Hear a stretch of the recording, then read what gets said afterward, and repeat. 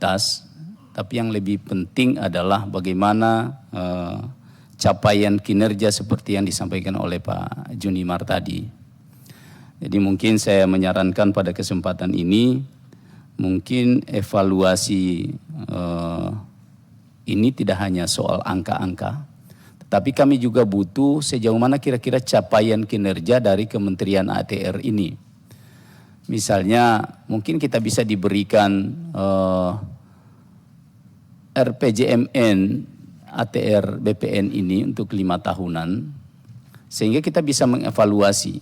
Karena bisa saja biasa pengalaman, bisa saja realisasi anggaran itu minim, tapi sesungguhnya target kinerja tercapai.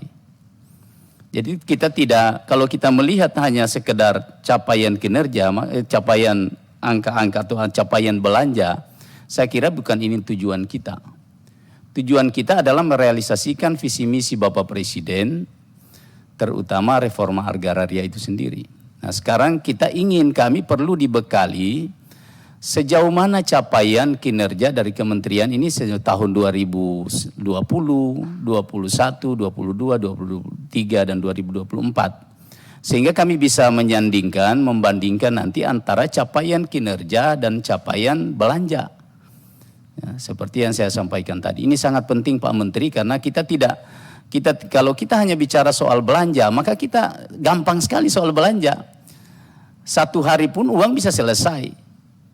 Tapi bukan itu target kita. Target kita adalah sejauh mana visi misi Bapak Presiden ini bisa tercapai. Apakah visi misinya sekarang sudah tahun kedua nih.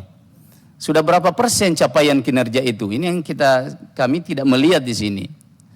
Nah, kalau saya lebih menganggap di situ lebih penting daripada sekedar angka-angka. Karena angka-angka ini saya kira hal yang sangat mudah. Kalau kita meminta ATR BPN hari ini merealisasikan 40-50%, bukan hal yang susah. Tapi sejauh mana realisasi program itu yang paling penting saya rasa Pak Menteri. Jadi mungkin saya meminta agar ada disampaikan juga kepada kami tentang sejauh mana target-target kinerja dari ATR BPN ini untuk 5 tahun sampai 2024 ke depan. Sehingga ini kita bisa lihat. Nah yang kedua, tadi saya lihat sumber-sumber pendanaan Pak Menteri. Ini saya tidak melihat secara rinci, tapi kan biasanya di masyarakat itu kan kalau mengurus sertifikat itu kan pasti ada pembayaran Pak Menteri. Ini apakah masuk dalam bagian pendapatan negara atau masuk di mana itu? Pungutan-pungutan yang biasa dibayar oleh masyarakat. Apakah ini biaya operasional, kayak operasional pengukuran dan sebagainya? Kan ini kan bervariasi juga saya lihat. Nah, itu yang kedua. Kemudian yang ketiga soal PTSL tadi, memang sekali lagi saya ingin menambahkan apa yang disampaikan teman-teman. Mungkin ini perlu dievaluasi secara total Pak Menteri, karena memang program ini, ya mohon maaf mungkin tidak semuanya ya, tapi ada indikasi bahwa sertifikat yang disampaikan oleh Pak Junimar tadi, Pak Wakil Ketua, itu benar adanya, bahwa banyak sertifikat yang keluar, tapi kemungkinan rakyat itu tidak banyak yang memiliki. Kalau 1000 mungkin ada 500 masyarakat yang memiliki, tapi selebihnya itu oknum Pak. Saya punya pengalaman Pak Menteri, tapi kan tidak bagus kalau saya sampaikan di tempat ini.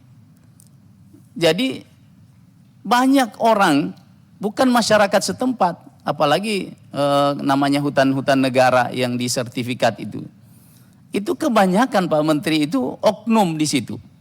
Ya. Sehingga saya pernah dapatkan ada satu oknum sampai 100 lembar sertifikat. Ya. Ya, sekitar tahun 2012 lah gitu. Saya pernah dapat. Karena terjadi sengketa, kemudian setelah ditelusuri memang nama banyak. Nah kalau kita lihat nama banyak Pak, tapi sesungguhnya pemiliknya cuma 1 orang. Nah ini saya hanya menyarankan supaya benar-benar dievaluasi, karena biasanya kasus-kasus di Morowali itu banyak, Pak. Kenapa kasus PTPN, kemudian Astra, Sinarmas dan sebagainya itu banyak sekali yang kasus seperti itu terjadi. Ya. Karena sertifikat satu orang bisa memiliki sampai 200 sertifikat. Ya. Satu orang. Ya. Nah, itu yang ketiga. Kemudian yang keempat, saya kira program PTSL ini akan sangat berhasil kalau sosialisasinya mungkin lebih masif, Pak. Nah, BPN ini kan di daerah itu setingkat bupati, Pak. Kepala BPN itu setingkat bupati. Nah, kepala BPN itu bupati itu tidak bisa marah-marah itu kepala BPN, Pak. Jadi kalau Pak Kepala BPN peduli sama pemerintah daerah, koordinasinya bagus jalannya, Pak. Tapi kalau dapat kepala BPN yang tidak mau sama sekali koordinasi, tidak bisa kita berbuat apa-apa.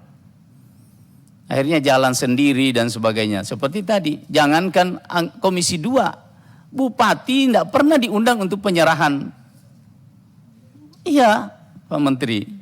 Apalagi Komisi 2. Akan sangat keren itu Pak Menteri kalau misalnya ya sekali-sekali kepala BPN itu kalau mau menyerahkan, ya undanglah. Misalnya ada dari Komisi 2 hadir, itu luar biasa, masyarakat juga merasa terawasi gitu.